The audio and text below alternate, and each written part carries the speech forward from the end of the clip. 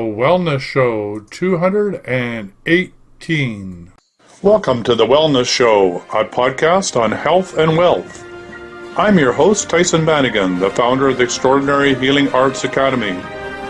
Join me as we get the latest insight, tips, and strategies from wellness providers, coaches, and successful, heart-centered entrepreneurs, and much, much more.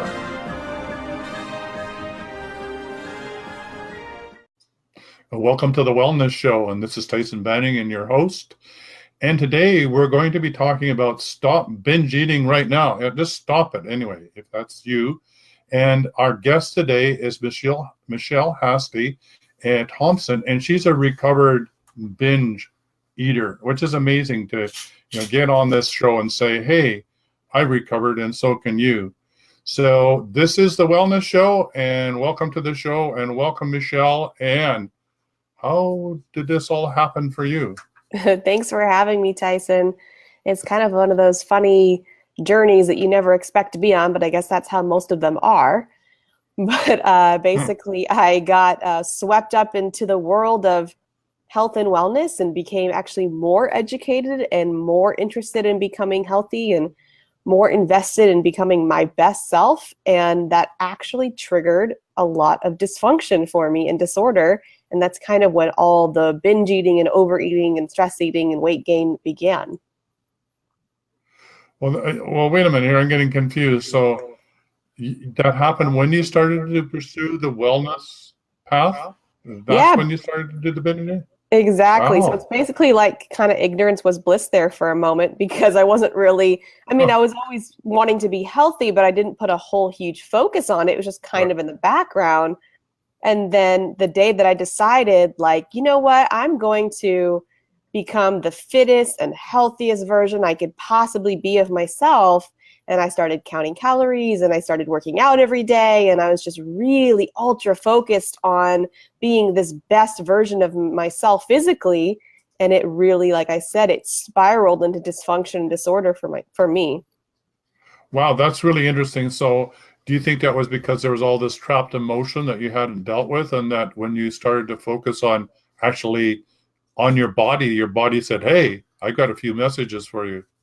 I think it was a combination of that, and because I did come from a home that was health conscious, so I didn't have a whole lot of negative programming around that. However, I did have a lot of strict rules about health, and so I think some of that was like that, like, I'm free and you can't tell me what I cannot eat, mom, even though I was an adult saying that.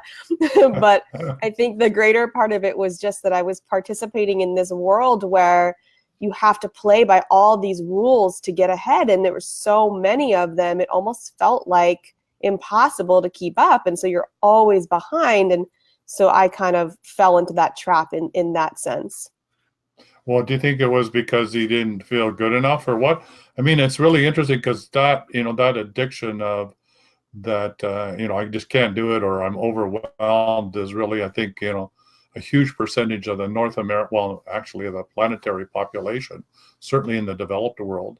In the undeveloped world, even though they don't have money, they seem to know how to relax into life a little bit more than we do. Agreed. It seems to be addiction here. Yeah, definitely there were some issues with insecurity then. In fact, that's even what was wanting to make me do it in the first place. Like, I wanted to have a six-pack and, be accepted by the health and wellness community, the fitness community, especially because I was in the gyms. And so part of it was definitely this need to be accepted and okay and approved of in that community. And that's definitely where, but I think it's no different than someone who maybe doesn't want to be a fitness model, but just wants to be accepted for a smaller body, even though it didn't have to be a six-pack, and kind of spiraling into that place from that motivation as well. So was the binge eating just part of wanting to be thinner to have that six-pack, or? It was a lot of things. So the binge eating began mostly because I was in such tight control everywhere. So it was kind of like the balance had to be out of control somewhere. And I was so controlled with my calorie counting and so controlled with my exercise regimen. And I was such a good student and rule follower that it's like that part of me had to balance it out by being compulsive and binging whenever possible, really. Yeah, it's interesting because your true nature behind all that was like mine is just don't tell me what to do. And here you are telling your body, being, almost a little, well, not a little, you were Rebellious. being, yeah, Exactly. Like, don't tell me exactly. what to do. All right. Yeah. So your body said, Definitely. yeah, well, I'm going to tell you what to do. And yeah, so turning this corner and becoming the wounded warrior, so to speak, having gone through the trenches and come out the other side. What's your passion around all that? What do you love to teach people? I love to show people for the first part, because what's happening now is we're hearing a lot about this idea of binge eating, overeating, there's like Overeaters Anonymous, and there's a lot of programs designed around helping people with food addiction or overeating.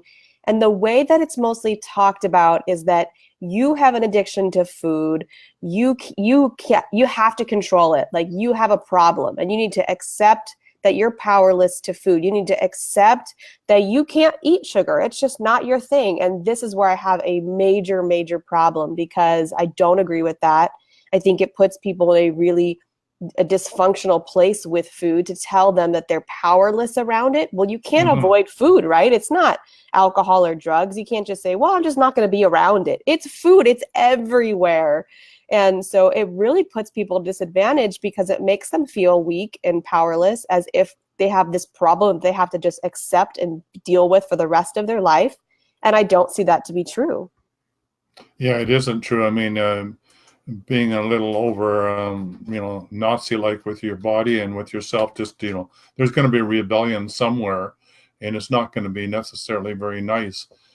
Well, helping people get in touch with their body. I mean, for most people, I guess they're not in touch with their body, are they? The only time they come in touch with their body is when they feel that they have to go to a doctor because something wrong. It's sort of like, oh, I don't know what that is. I'll have to go to the doctor, and then maybe the doctor will tell me what's wrong.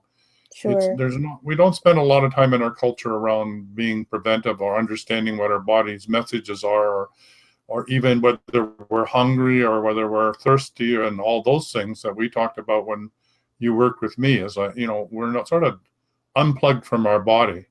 Yeah, and it's not really our fault, right? Because that's sort of the beast of marketing and advertising. It's all about, you can't trust your body. You don't have the ability to just ask your body what it wants to eat. So you have to either pay for this or buy that or invest in this to be able to answer these questions, as if your body is, dysfunctional. And so you have to take control of it and use something externally to make it do what you want it to do. And that could not be farther from the truth.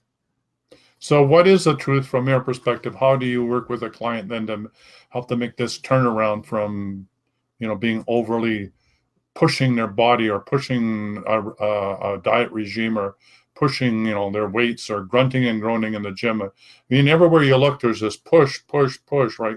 There's this war. If we don't put the effort in, we're not going to win. We're going to be overwhelmed. We're going to be steamrolled by our body, not recognized by society or whatever, right? Yeah. Yeah, you're absolutely right. It's really hard to resist that push, especially in a society where there's so much emphasis on hard work and so much value in hard work. And, if somebody says the opposite, if somebody says, oh, how'd you lose weight? And they're like, well, I really just relaxed. I kind of just enjoyed life. I just breathed more. And I just kind of got in touch with my body, just decided to love it the way it was. And the weight just came off. People will be like, all right, freak. Sure it did. You know what I mean? And they definitely would think, well, that would never work for me. You must be some type of alien from another planet.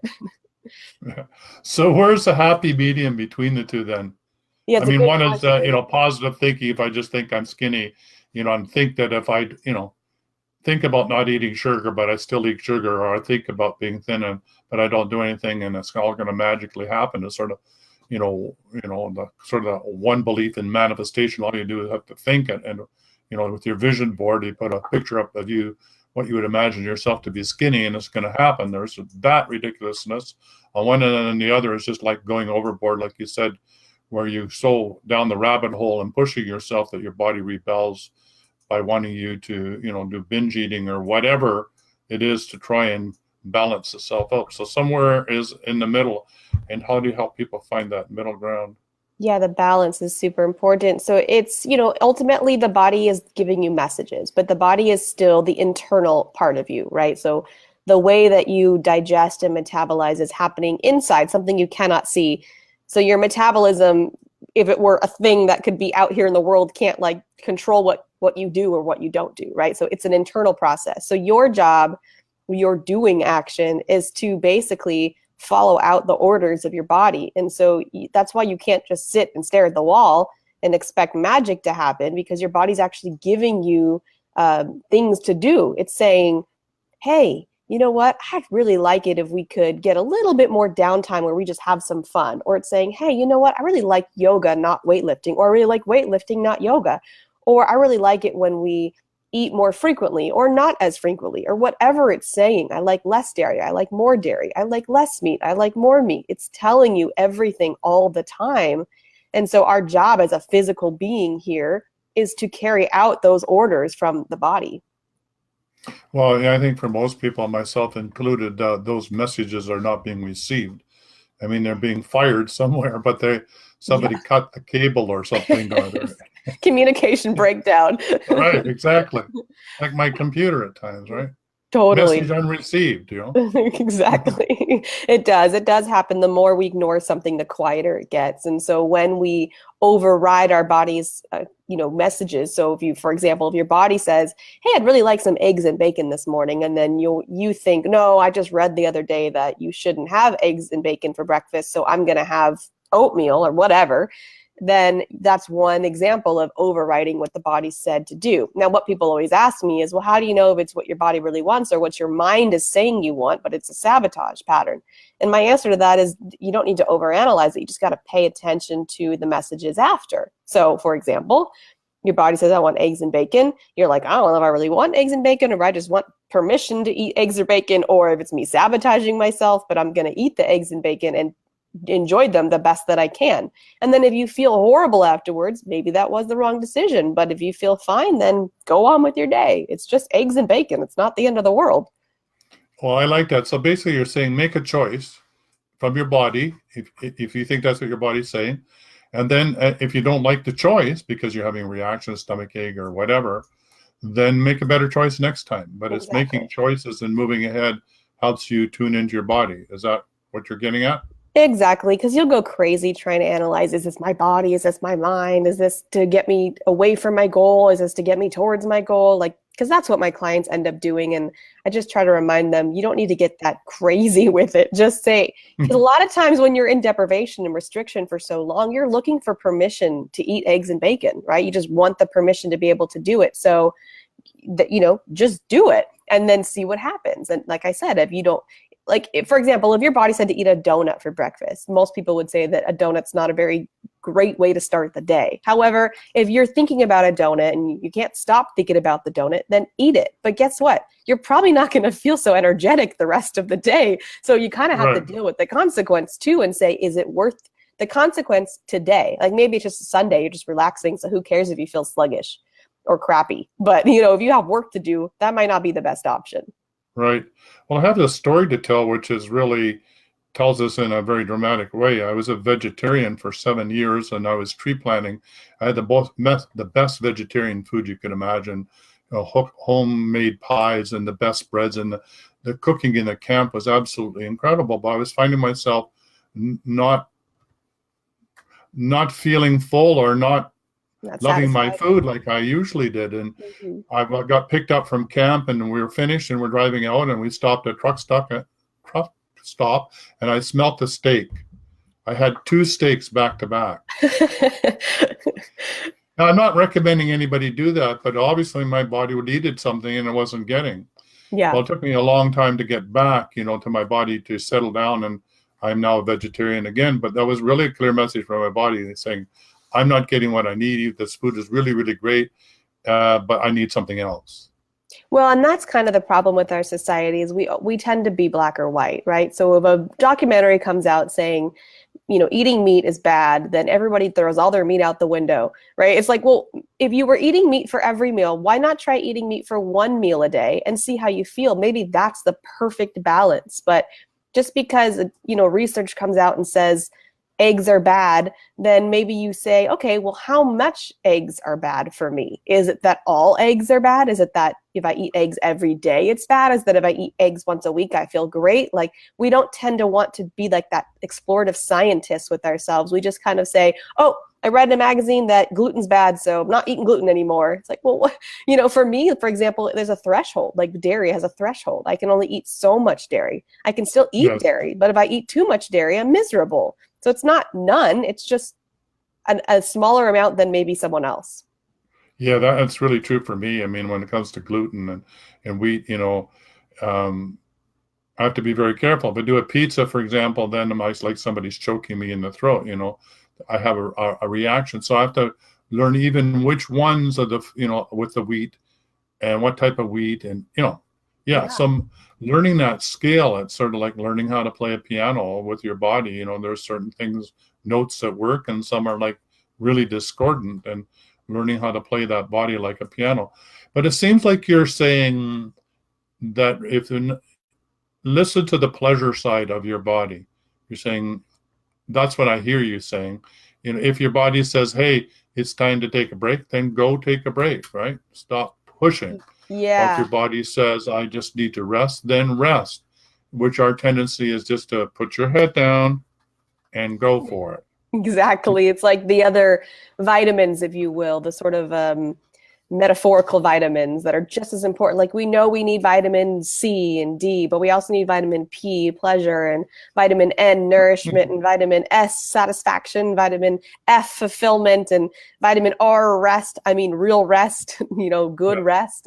Like there's other vitamins that we just sort of brush off as important, especially when we hear that food is fuel thing. And I'm not saying it's not important to eat really high quality, delicious, nutritious food. I think that's a great idea. However, it's not the whole story. If you put, for example, a plate of pasta in front of someone who hasn't had carbs in 4 years, there's going to be a different reaction to eating that pasta than the person that has never had a weight problem and thinks nothing of carbs. You're going to have a different physiological Yeah. response in the body to the same exact food. Now, I'm not talking about genetics. I'm talking about perception. And so we have to look at how these things weigh on how we eat, not just what we eat. So really what you're encouraging people to do is that if you're going to do what, we don't even talk about, but a diet plan, or let's call it a wellness plan, never mind the diet. But so let's say you're going to do a wellness plan. This is specific to you as the individual. This is something that you need to tailor make to yourself depending on your reaction to various foods. So, for example, do you, Michelle, recommend that like people with, say, to remove some things from their diet and then say for a month, like JJ Virgin says, well, say take bread out of your diet for a month and then bring it back and see if there's an allergic reaction to it, or do that with milk and dairy products, or do that with sugar. What about that sort of technique to Yeah, help the your body? elimination diet. I've used it before for myself, but never in. So we can't really use the elimination diet until someone's in a rational state of mind around food, because it Right. triggers the dieting mentality. So it's never somewhere I would start with someone. The first thing we have to do is get connected to the body, period, end of story, right? And then when we start to relax a little bit and start to notice that it's not like everything I eat dictates what happens to my body. Like, it's not like if I eat crappy food for one weekend, that's it. I'm going to gain 70 pounds. Everything's out the window. I'm never going to exercise again. Like these Mhm. harsh meanings that we attach to things that really aren't that big of a deal. Like, one day of bad food is just one day. Think about one day out of 365 days. Think about one day out of 2 years, 3 years, 4 years. Mhm. It's not a big deal.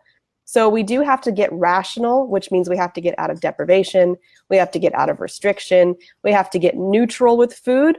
And then at that point, if somebody wants to start testing for food allergies, food sensitivities, food reactions, then I think it's a good idea, but you don't have to do it 30 days. You'll notice a reaction if you don't eat it for 3. Right.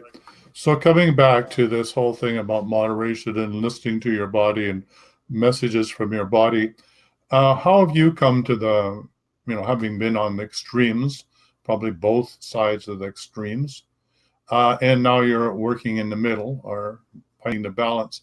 What does your wellness plan look like? Honestly, it looks like very little thought put into what I eat or how I move. I try to think as little as possible about it. And that sounds really weird, but people ask me like, oh, what do you think about this or this new thing or that new thing?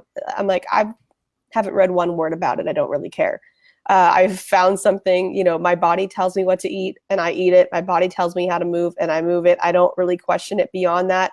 I know for myself, the more educated I get about nutrition, the more dysfunction it creates. So Right. it's not that I'm completely ignorant. Obviously, I like to eat high quality food, or maybe not obviously, but I do Yeah. like to eat high quality food because it makes me feel good. And if I eat crappy food, I don't feel good. So that's pretty much the extent of my thought process on what I eat.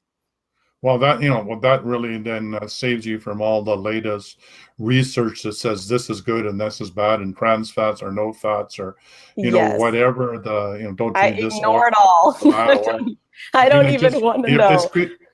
it's crazy making. It If you is. tried to implement any of that, you would go nuts because it's all counter to each other.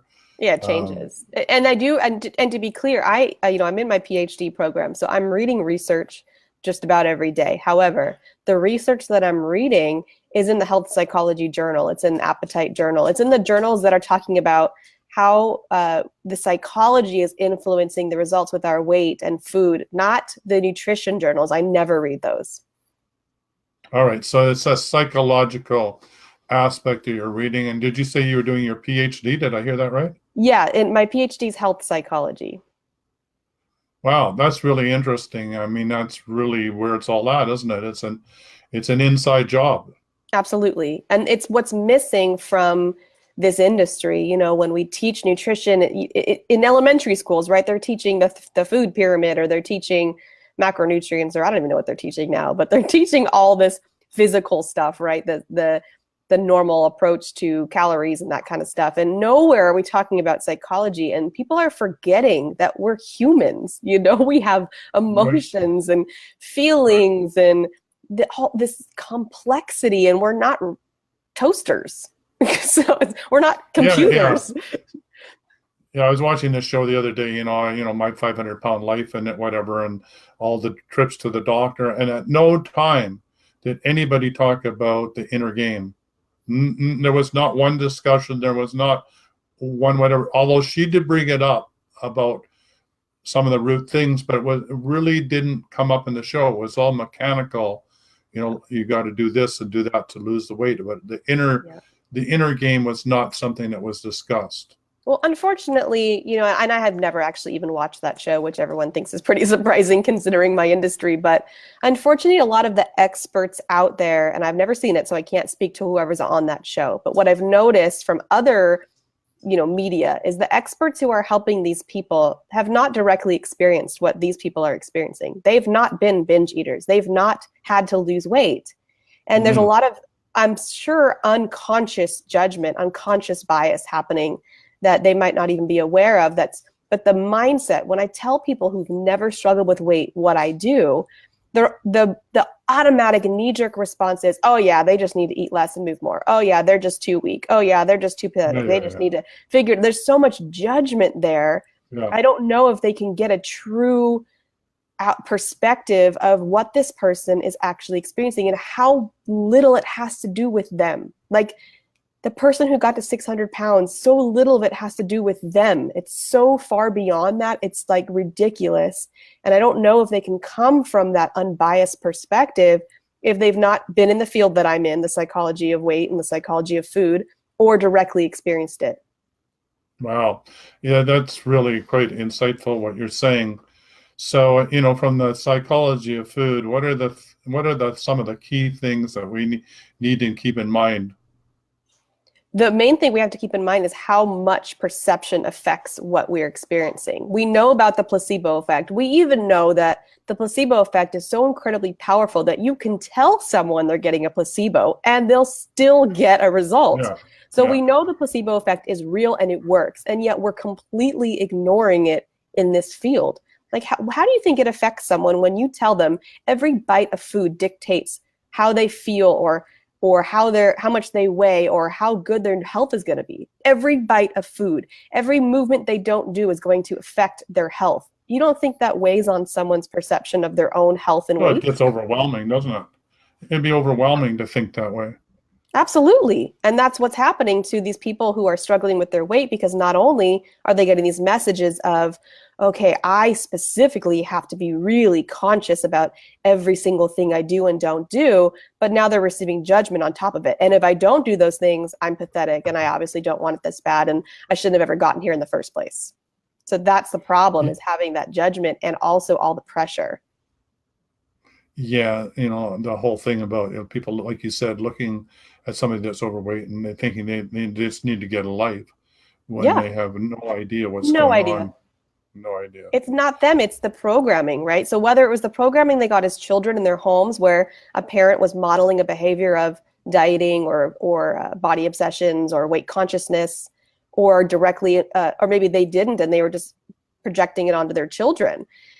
Or if they had a totally normal, healthy household without that stuff, but they just participated in the media or society.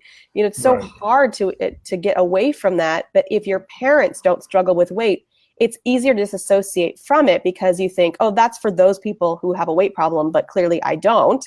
My parents don't, so I don't. And I really think it's more that than genetics. Yeah, that's interesting. Yeah, and it's perception too. I remember, when I was a kid in the lunchroom in high school and opening up my lunchbox, the old tin ones, and seeing, I think it was cottage cheese and some fruit and a sandwich, most of lettuce, and looking around what everybody else was eating and thinking, oh, what a kid you are. You're overweight and you got to eat this crap. And then when I came back to this with a coach, just actually less than a month ago, he said, well, there's another way of looking at it. Why don't you look at the fact that your mother really had your health in mind, right? And why don't you go back and rethink that all of it, that you could have actually been studying up and saying, hey, look at the healthy food I have, and you're eating all those potato chips and all the rest of that crap. And my mom loves me. She's giving me the stuff that I really need that's going to nourish my body. And so that was a real ha-ha for me. Yeah. Here I was interpreting as a lack of and poor me that I didn't fit in. And when in actual fact, it could be totally interpreted the other way, that I had a loving parent who cared about me and was giving me what I really did need. Yeah, I think it's 100% dependent upon the judgment or lack of judgment from the parent.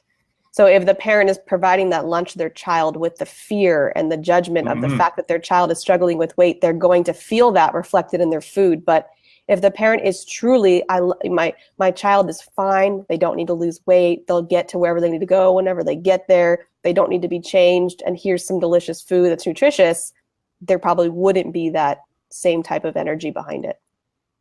Well, I guess it's the same thing with your dog. He was barking away before the session here, and once we calmed down and settled in, then the dog could calm down and settle in. And I guess it's the same thing. It is. We create the environment we live in, and if we just settle down, like you say, and listen to our body and calm out, then we can hear those messages that otherwise are totally, absolutely, for most of us, silent, dead.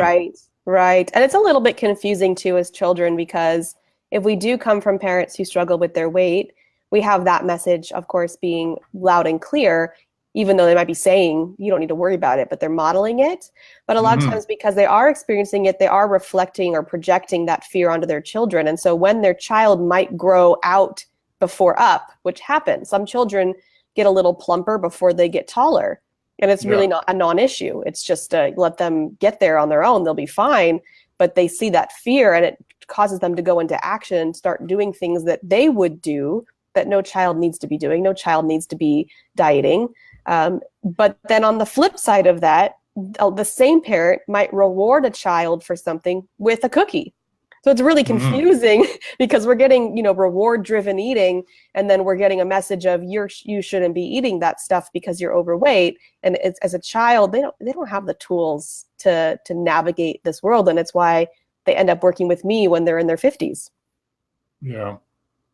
Well, yeah, talking about working with you in the 50s and at other ages, what sort of things do you do with your clients? So all of my clients go through the same curriculum, and the curriculum is exactly what we're talking about. First, I got to get them deprogrammed, because everything that they're doing right now is based upon this media craze, dieting, nutrition, in just insanity. And I've got to get all that out of their head and then reprogram with the stuff that actually works, with the real psychology behind what it is to be human and what it is to be a human that happens to interact with food and body and weight and all these facets. So that is the very first thing. And then we get into the emotional eating and the reasons why we move or don't move. And then the last thing I work on with my clients is making sure that this is all automatic, that this is not efforted for the rest of your life, that you truly become someone where weight is a non-issue. It's not like I have to effort it to be a non-issue. It just isn't an issue. And that's truly how I live now. And it was not how I was living before. So does this take like, getting your subconscious to know that is it getting your subconscious mind into a pattern so it just becomes natural? Is that what you're helping people do? Yeah, I always say practice. People say practice makes perfect, but I say practice makes effortless. So I'm just making sure that they keep hearing the same messages over and over and over, and I keep challenging their old messages. So if they say something like, well, I have to be starving to lose weight, that's a belief they might have tucked away, right. Then I challenge it. I say, prove it. Like if you had to write a research paper on that, go ahead, write it. How would you prove that to be true? And so I'm just challenging their subconscious so that the subconscious has no choice but to drop it and then replace it with something that we can back up with evidence. Yeah, I was just reading in a book yesterday, in which the subconscious is going to run the old program no matter what. Its job is to run a program. And so to match that old program with a new program takes a little bit of effort but once it gets it, it will run the new program effortlessly. Just as easily. And that's what you're helping your clients get to, is effortless waste. It isn't even management anymore, is it? Mm-hmm. It's just showing up, being human, and the body will be telling you what it wants to do. So if it's true, and I don't know if it's true in your world, but they say it takes 21 days to change a habit. Maybe it takes 30, and for some people, maybe 7. It sounds like your program takes a bit of time to get them from the psychological beliefs they have and dropping that, and then doing the deeper work around the emotional trauma release and all that, and then helping them just relax into it. So how long is your program with a client? My program's actually only 8 weeks. So it's really short. It doesn't actually take that long to. It's not like a therapy model. And there have been times that I have told clients, you have a lot of, PTSD with your weight. You've got a lot of past trauma and stuff to work through. That might be something you want to work on with a therapist, because I'm technically not a licensed therapist, although I could help them with that if they wanted, but I'd be more expensive. So I might recommend a therapist after the work if I see that to be fit. For the most part, all it takes is basically a non-diet cleanse, which is what eliminates basically half, if not 75% of the side effects they're dealing with. So the binge eating calms down, the overeating stops, the stress eating stops. So everything tends to calm down, and it puts them in an environment where it's really conducive to make change. The hardest part, the part that takes the longest, that some people are not able to get in 8 weeks, although a lot of them are, is the perception shift. The perception that they can actually lose weight not by restricting and depriving and being in agony and pain and struggle. That's the hardest. That's what takes the longest for most people. And if I see it necessary, then I'll invite them to work for an additional 6 months with me. I don't offer it to everybody, but for the people whose perception is being a bit more stubborn, that is what I recommend. But if I could go in and do like a perception brain transplant, then I could probably have people having incredible results in like 2 weeks. Oh, that's amazing. I mean, so I'm hearing you say that for the vast majority, 8 weeks does it. Is that correct? Yeah. Wow, that's amazing. So is it a one-to-one coaching, or is it group coaching, or is it a bit of both, or what? Yeah, it's a hybrid program. I mean, I only work with a handful of people at a time because in the 8 weeks, you have unlimited access to me. So because I need to be there when you have a binge, I need to be able to coach you through those times when you're feeling really heavy and off. I need to be able to make sure it doesn't spiral. Mhm. So I am available to my clients as they need me. Everything's by email first, and then we go from Right. there in terms of do we need to jump on a call, or for the most part, I just record responses back to them. So that makes it really easy for both of our times. And then there is a weekly call that everyone in the program is able to jump on that is recorded, so that there's that community aspect that I think is really important as well. So how much do you charge for this program? You're going to make me put my number on here? Well, I don't know. I mean, I just, it's pretty exciting to hear somebody like you say, hey, it's 8-week program. It works for most people. Then I think the next question for most people is, well, and you don't have to say it here, but I really encourage people to get hold of you. But, I'm thinking, wow, if she can do it 8 weeks, that's pretty amazing. It's not a Must be small pretty investment. I'll specific. say that. Yeah, that's what I was thinking. If I have Yeah. unlimited access to you and you're going to respond and be there when my time of crisis, then yeah, it's not going to be cheap. But then the results will be well worth it. So yeah, that's Yeah, I pretty always exciting. exactly. I always tell people it's a bigger investment. The reason why I don't want to necessarily state it here is because a lot of times our own stuff can get in the way of us thinking we Yeah, can or absolutely. can't do something. So I just want to make sure that if somebody's interested, that I'm able to at least talk to them and see where they're at and if it's even a fit for them. And then if it is, we can talk about how to make the pricing work. But what I will say is that if you're never going to give up on this, if you're struggling with binge eating, if you're trying to lose weight, you're never going to give up on achieving it. Nobody ever does. And so you're going to spend that money over some period of time. It might be longer. It might not be 2 months that you spend that amount of money, but you're going to spend it some way or another. So you might as well spend it to fix it.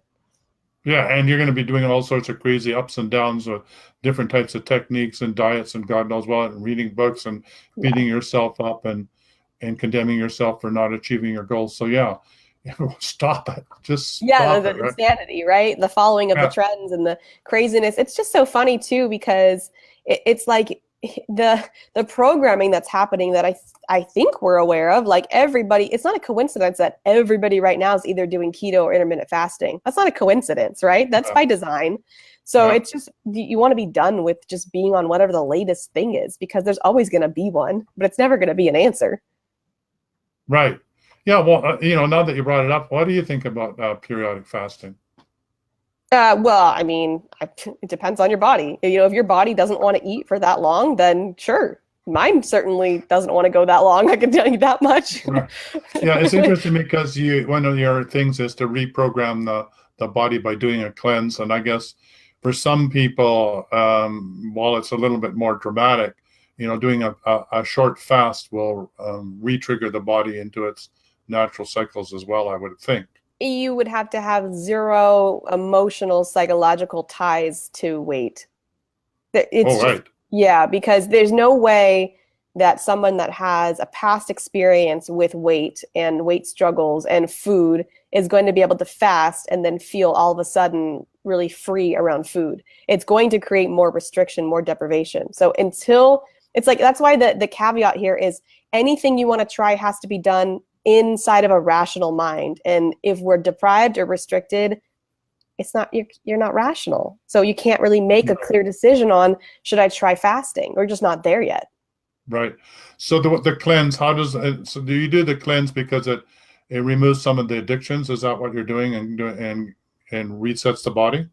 I don't do any cleanses. Yeah, nothing like that. The only cleanse I do is a no diet cleanse, meaning. Oh, no diet cleanse. Okay. Yeah. I thought So I must have misinterpreted you because I thought you said that you had them do a cleanse, but yeah, that's no a cleanse with dieting. no diets. It's a Okay. cleanse of, Not yeah, a body cleanse. exactly. It's a restriction deprivation cleanse. Right. Because some people are really afraid to let it go. So I just say, well, I'll do a 7-day cleanse. And of course, I mean, never do it again. But like I would say, it's hard to say 100%, but 99.9% of the people I work with will tell me I cannot diet again. I literally can't go back.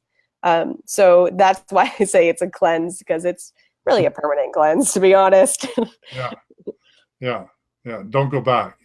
So if you don't ever want to go back to a diet, if you don't want to ever struggle with weight, if you don't ever want to worry about being thin forever, if you just want to be you in your body and be comfortable, then guess what? Michelle's the lady that you need to be talking to, and probably sooner than better.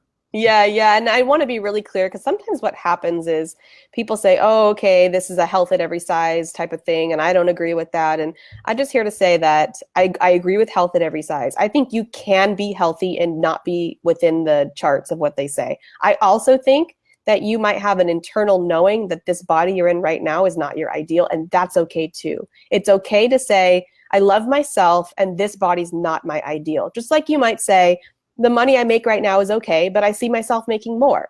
It's just not beating yourself up for being where you are, but still holding yourselves to whatever you think your best is, your absolute, self-actualization, as Maslow says, or wholehearted living, as Brene Brown says, or just that best version of you. It probably includes that body that's ideal too. However, we don't need to beat ourselves up for not being there today, and we don't have to give up on ever getting there either. So basically, love yourself where you are. Doesn't mean that you're perfect. Doesn't mean that you don't have places to grow or not grow, so to Yeah. speak, lose weight. But if you could love yourself just the way that you are, that's a big step towards being able to get in touch with your body. Well, I'll say most of my clients have never tried it. Most of society hasn't tried it. Like, have you ever loved yourself fat? I don't think so. Yeah, loved yourself fat. No, I don't think so. That wouldn't No. work, I don't think. It doesn't. They'll say, oh, I loved myself when I ate those 6 pies, but that's not what I'm talking about, right? I'm talking about true unconditional acceptance, not settling, Yeah, not saying, yeah, oh, well, this is the best it's going to be, I give up, but acceptance, saying, I'm not going to fight with what is. I don't like what this is, but I'm not going to fight with it either. It just is. Or the analogy is, you want to buy a new car? That's cool. Save up for your new car, but don't take a baseball bat to your current car or drive it off a cliff. It's still going to get you from right. point A to point B while you save for the new one. That's right. Yeah. So love what you got.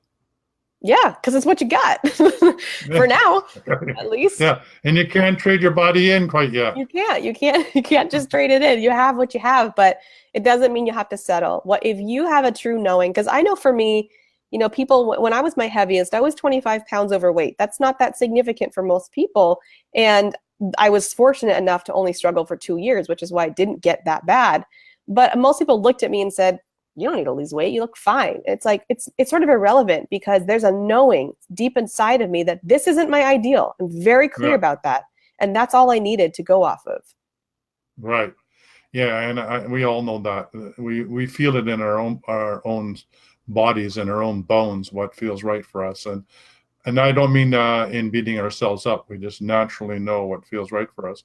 And like you said, it doesn't necessarily come out in that ideal weight according to your height and all that. So don't Yeah. pay attention to that. No. That doesn't work for a lot of people, you know. Yeah. And anyway, most of us aren't average, so don't sit in the average norm anyway. We're extraordinary, so we're unique. That's right. We That's need our right. own scale. We need our Yeah, own. and those scales are so crazy. I mean, what they consider obese is a little bit ridiculous, and it's just you just got to kind of wash, whatever. Okay, the doctor says I'm this, whatever. How do I feel? And if you know it's not your ideal and you're working towards your ideal, then you're doing the best you can. Well, I loved having you on this show. Lots to think about. Well, actually, lots to let go of more than Yeah, think about. Like you said, if you're exactly. thinking about it, probably you should just let it go, right? Stop reading about diets. Stop listening to the news about the latest fad. The fads have got nothing to do with it. Stop, following the roller coaster of eating this or this isn't good for you because it's going to change next week. So tune into your body, slow down, love yourself, take time for your body, tune in, and get hold of Michelle That to would be help good. you. Yeah, that would be good. I'm All here. right, so all the links to how to get hold of you will be in the show notes, and if you could send them over to me, that would be really good. Your Facebook and how to get hold of you and all those good things, and that would be wonderful. So this is Tyhson Banighen. This is the Wellness Show. We had our guest today, Michelle Hastie Thompson, and we're talking about recovering. She's a recovered binge eater, which is fascinating to me. And the topic was Stop Binge Eating Now, which is really stop, just stop. Just stop being silly with your body. And learn to love your body, learn to know that it has the wisdom that you've always been looking for. And it's not in a dieting book. It's not in another regime in which you want to follow. So thanks for being on the show. It was really, really fascinating. I learned a lot. And I hope everybody tuning in we'll have the advantage of getting to work with you. Thank you so much, Tyhson. Thanks for having me. Yeah, it was a pleasure. Bye for now. Bye. For quality online wellness products, courses, and services, visit our sponsors, thewellnessstore.ca and the Extraordinary Healing Arts Academy located at thewellnessacademy.ca. To stay in touch, visit us at thewellnessshow.ca. And until next time, be healthy, wealthy, and wise.